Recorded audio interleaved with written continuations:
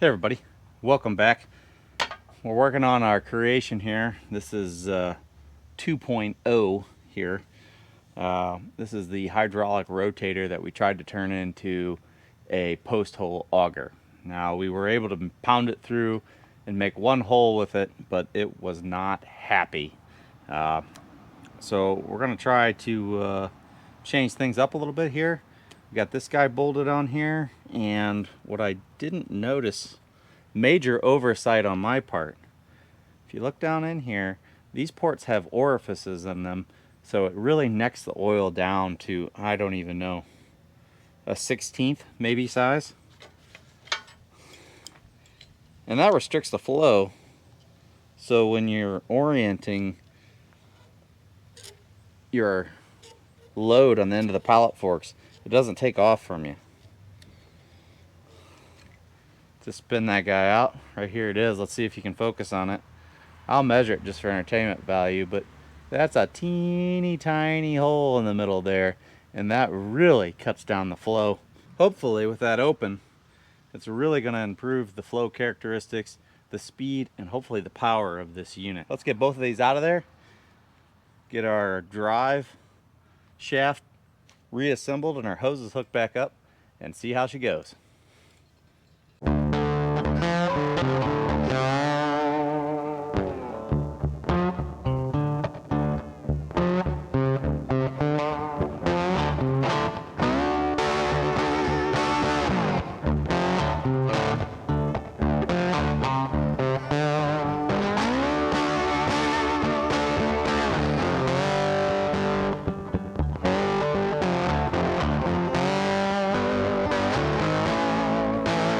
To get the custom drive shaft plate that we made reattached here.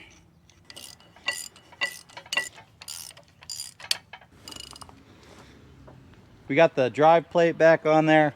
We got those tiny restrictive orifices out of the hydraulic rotator. I was not overly impressed with the speed. It did dial it up a little bit from a RPM standpoint, but it didn't move quite as fast as I thought it was going to without those orifices in there. And it may still be restricting it inside this housing here, which may require us to try to actually drill into the housing. We're gonna give it a go, see what happens. We got a rough location for our second post that we're gonna put in. We're gonna slap the auger on here, see what happens.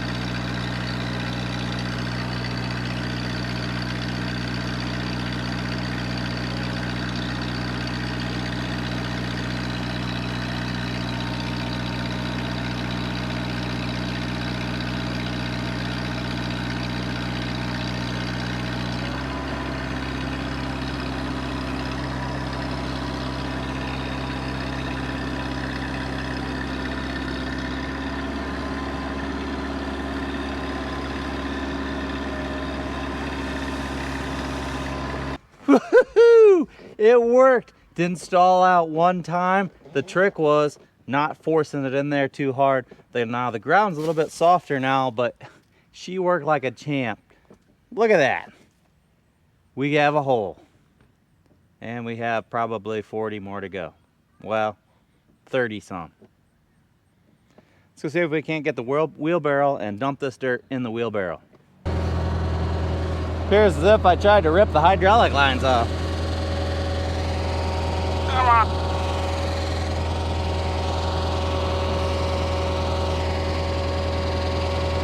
Why didn't you tell me?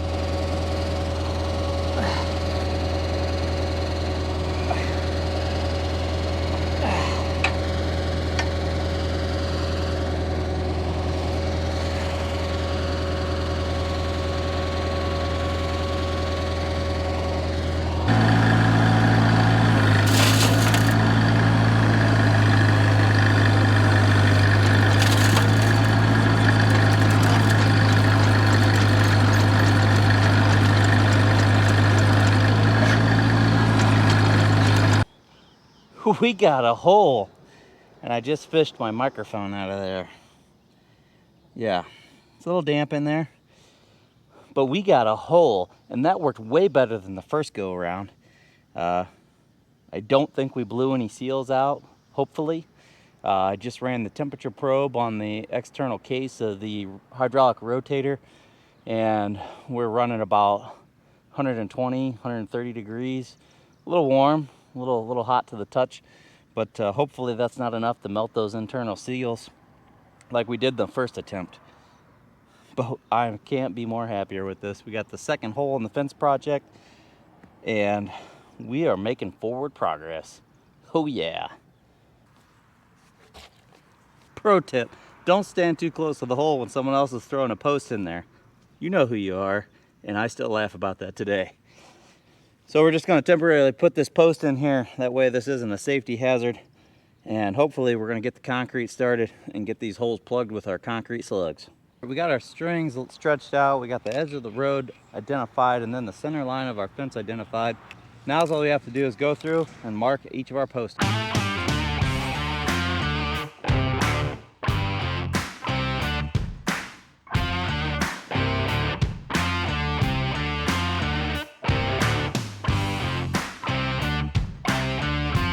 Some people may argue, but I think this is still the best way to do this. You have a string stretch. This string marks the edge of the road here. Now this cold patch filler they put in is creeping into the yard or property line here, but that is the edge of the road. It's in line with that. And the string stretches to that point, and that's in line with the road down there. Stretch this the whole way across. Have the second string on the center line of our posts. This string is equal distance from that string the whole way down. And then from here to the first post, 89 1/8. From there to there, 89 1/8. From there to there, 89 1/8. From there to there, 89 1/8. And from there to here, that's going to be 99 1/2. So that'll be the full 8-length panel in between the posts. Let's get in here and auger out all these holes. Go little Bobcat.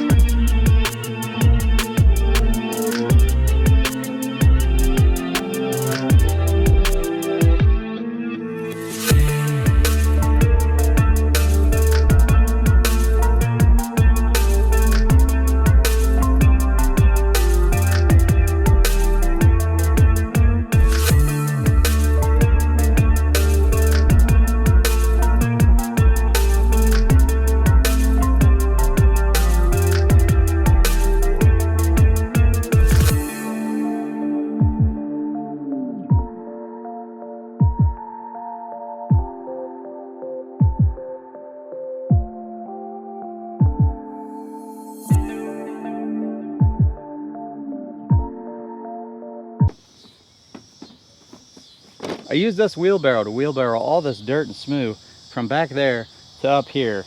And let me tell you, it was getting a little difficult there with all this wet, muddy clay smoo that just did not want to come out of the wheelbarrow. It's still full of dirt and clay and all kinds of gummy stuff.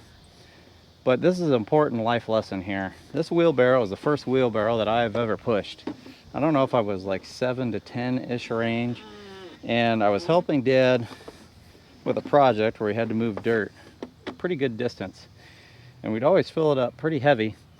And then when you filled it up pretty heavy, it was difficult to control, and you'd always tip it. What's worse yet, when you would tip it, you had to do more work because you had to clean it up. So you're left with a challenge. Fill it up so you could actually move the dirt. Fill it up so it was hard, but work harder to make sure you didn't spill it. It's an important life lesson here.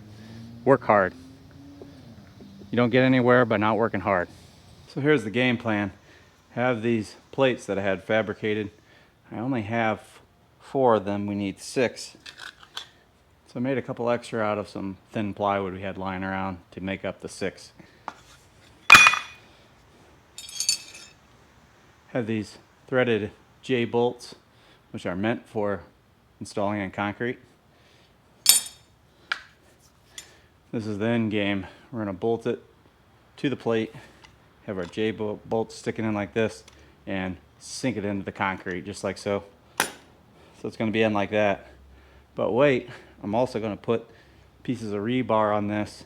It's going to stick down into the hole and preferably down into the ground a little bit so it can help hold the height of this piece as the concrete's curing. Fortunately, the local parts warehouse only had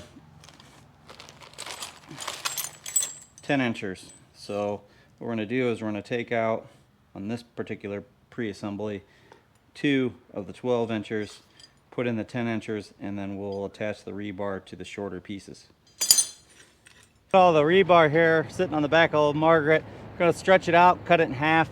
They should be about 10-foot long pieces, so that should give us an extra foot that we can stuff in the ground to hold those plates vertically where we want them.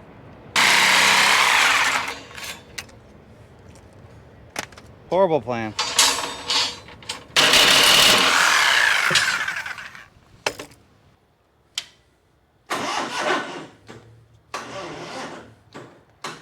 You turd. Something about me and batteries lately. Alright, you'd think welder generator would charge and not have a problem discharging, but I guess not. We just ran that a couple nights ago and I didn't leave the key on, so it either isn't charging or the battery's junk. Come on, baby. Gotta turn it on.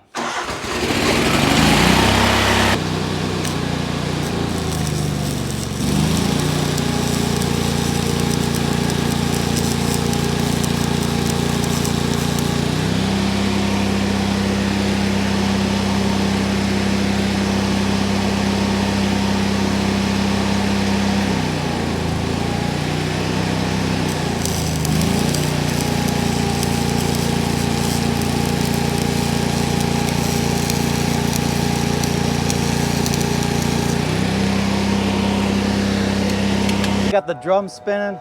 I got roughly 5 gallons of water here. We got 2 80-pound bags of Saccharine over here and many more where that came from. We're gonna try to mix 4 in here because that's what it's rated at. First step, it says add 4 gallons of water. I don't think I'm gonna do it while it's moving. Oh, that didn't work so, huh?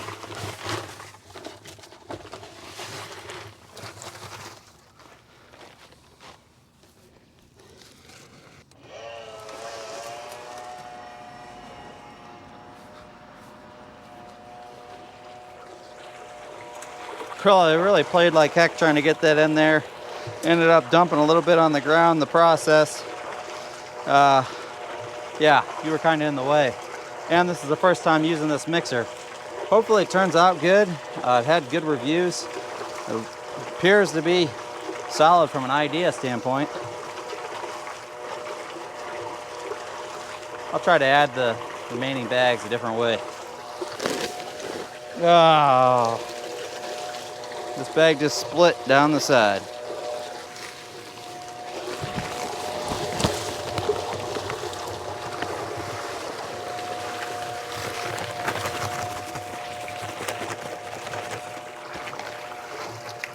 So far we're 2 for 2 and really sucking it up. Let's see if we can't get the last 2 in there in a little bit better fashion. 3 for 3 on sucking it up. This one was ripped in the bed.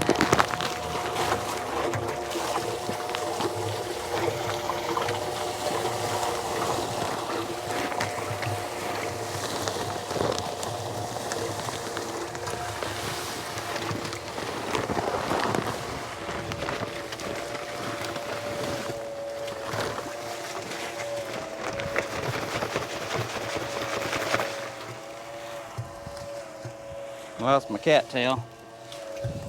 Now you can really hear the motor labor and slow down on that third bag. Make sure we're doing the instructions right. 480 pounds. Add 4 gallons of water, first pound, then second bag. About fell over. Number 4 feels like a winner. Or it's a wiener, I don't know. Something's gonna happen.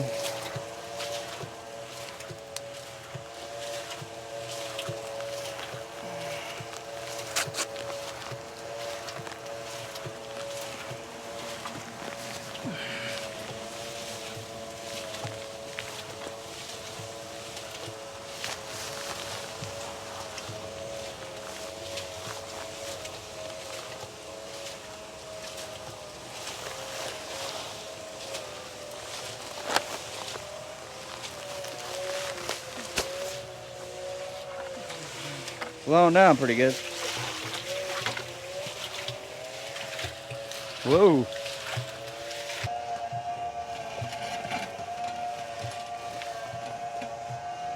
And we made a mess. So afraid that might happen. We'll probably never mix 4 bags in this again.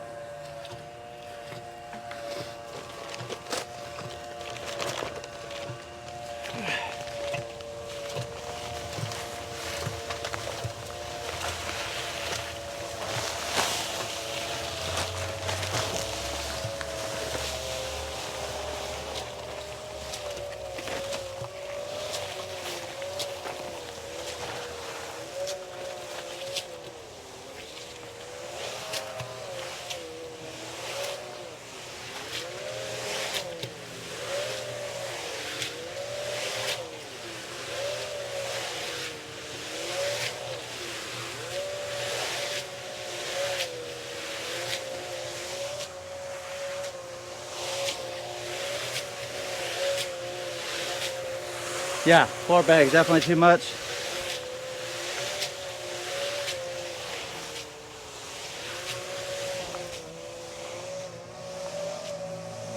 I'll just keep giving her a hand here until we get the mix the way we want it.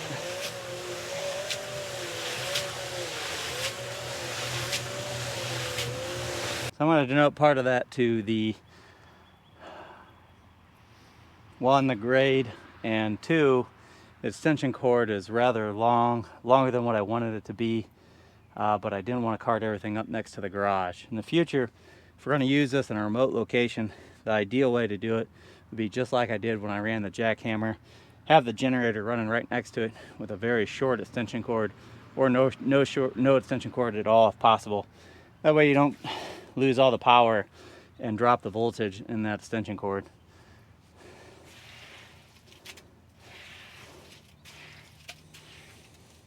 Kind of hoping it would be a little bit firmer than that.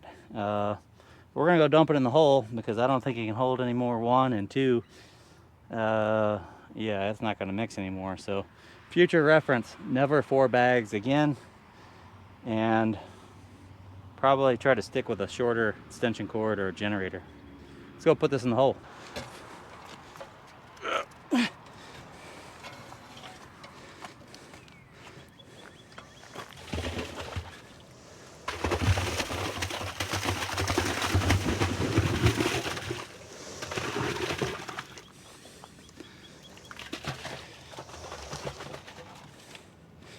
issue is, with the amount of water in the hole, we almost can probably put a bag in with no. I'm actually going to do that. We did have some water in the bottom of the hole, and now it's really just runny. And yeah, not the consistency that I'd like. So I'm going to go grab just a plain Jane bag, dump it in there, and then we'll mix it up and down with a piece of rebar.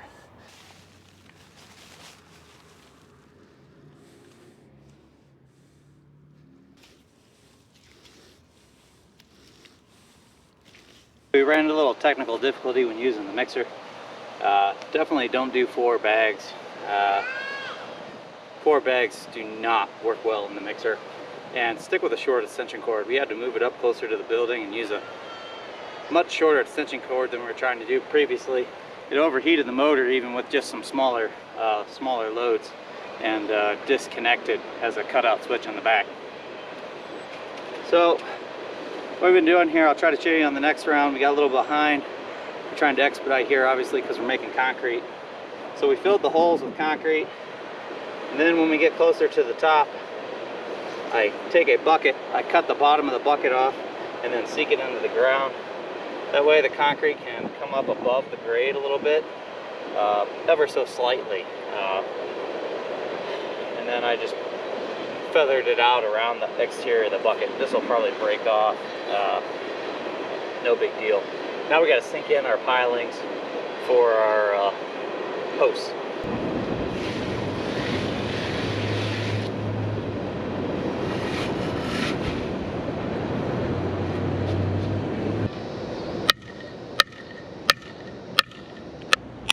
Ow. And that's as simple as it gets. I'm second guessing making those pieces of rebar so long. It gets a little bit difficult. And on the first set that we pounded in the ground, she's getting a little squirrely and really fought me in where I wanted to put it in position. So I don't know if I do that again or not, but here we are, and we got 3 more holes to go. I think we're going to run out of time and concrete before we get those done, but we're going to give her a go. Also looks like it's going to rain, so that's even better.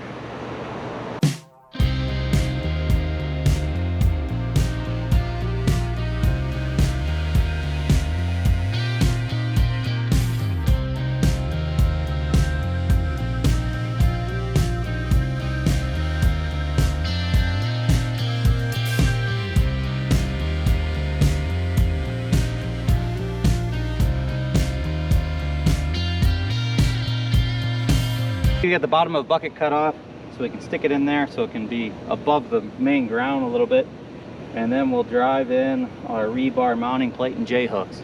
I'll take you off there and show you how I cut those. Take your old circular saw and then you sink it in and spin the bucket.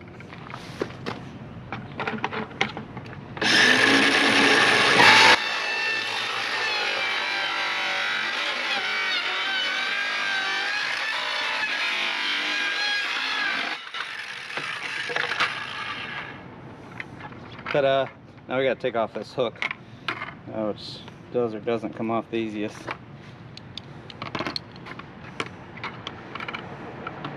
I need to go get bigger pliers, but basically you turn it one way, it pops right out. So our line level is still half straight. Obviously we were dumping concrete on top of it, and it didn't really like that, but she did appear to spring back. We still got the line level over there. So I have to use the string as a guide to where to put the bucket as far as height. What we're trying to maintain is we're trying to get all the buckets roughly the same height out of the ground.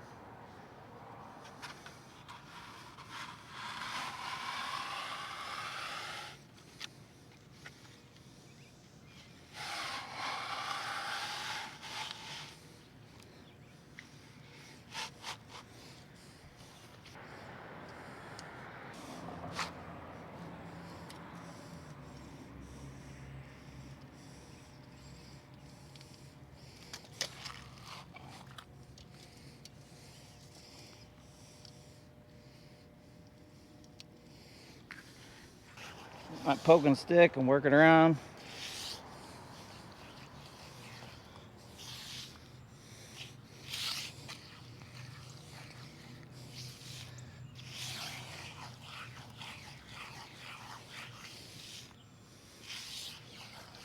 string in the middle gives us our position this way, and also gives us the height. Man, it is right in the way.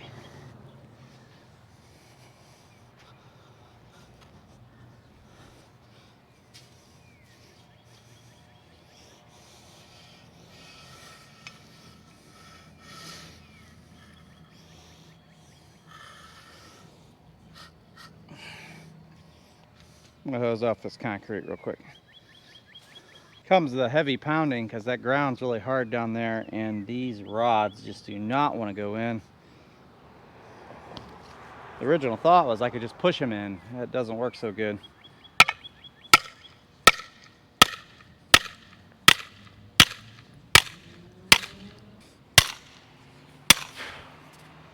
And he's running out of gas. Yeah, I'm slippery.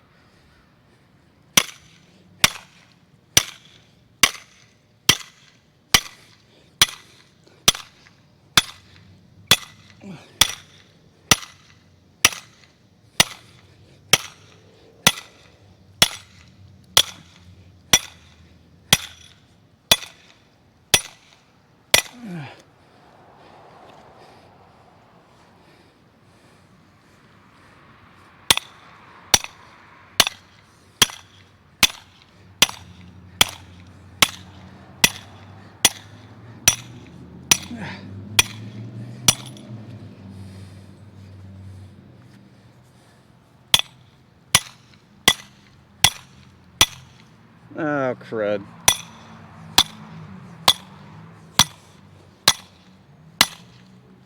Broke my spring.